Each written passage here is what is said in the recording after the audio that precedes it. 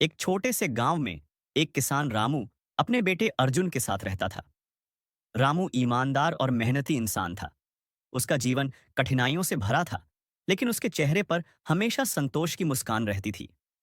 उसका एक छोटा सा खेत था, जहां वह धान, गेहूं और कुछ मौसमी सब्जियां उगाता था। गांव वाले उसकी इज्जत करते थे, क्योंकि वह दूसरों की मदद करता और कभी किसी का बुरा नहीं सोचता। अर्जुन उसका इकलौता बेटा था। वह पढ़ाई में ठीक ठाक था, लेकिन उसका मन खेत में काम करने में नहीं लगता था। उसे लगता था कि खेतों में मेहनत करने से जीवन नहीं सुधरेगा। वह अक्सर शहर की बड़ी इमारतों, तेज रफ्तार जिंदगी और ऊंचे पदों के सपने देखा करता। एक दिन अर्जुन ने रामू से कहा, पिताजी, हम लोग सालों से मेहनत कर रहे हैं, लेकिन हमारी हालत जैसी थी वैसी ही है। क्या हम भी कभी अच्छा जीवन नहीं जी पाएंगे?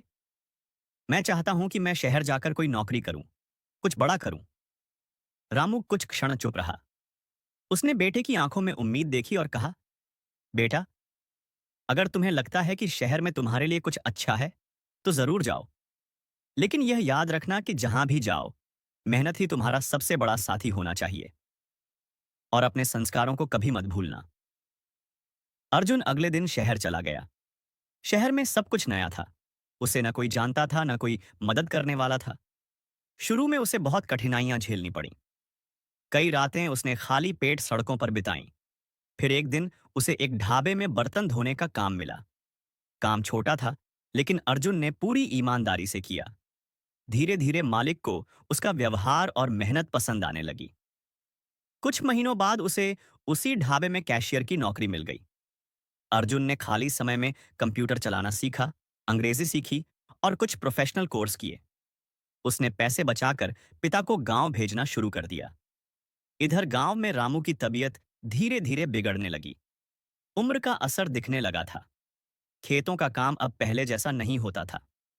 अर्जुन फोन पर जब भी बात करता, रामू हमेशा यही कहता, मैं ठीक हूं बेटा, खेत में अभी भी हरियाली है। एक दिन अर्जुन को गांव से खबर मिली कि उसके पिता गंभीर रूप से बीमार हैं। वह तुरंत सब कुछ छोड़कर गांव लौट आया। उसने देखा कि उसके पिता बहुत कमजोर हो चुके हैं, लेकिन फिर भी चेहरे पर वही सुकून था। रामू ने अर्जुन का हाथ पकड़ा और कहा, बेटा, मैं जानता हूं तुमने संघर्ष किया और अब तुम अपने पैरों पर खड़े हो।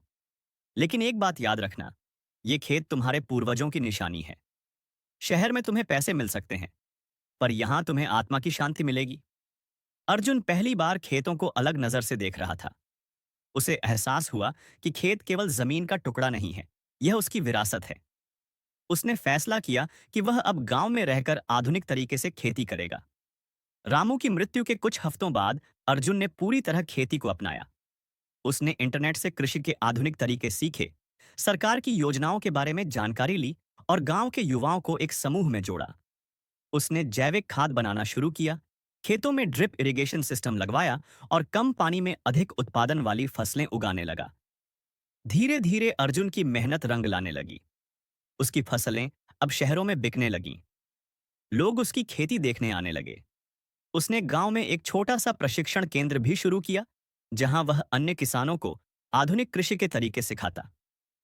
एक दिन गांव के स्कूल में एक समारोह था, जिसमें अर्जुन को श्रेष्ठ युवा किसान के पुरस्कार से नवाजा गया।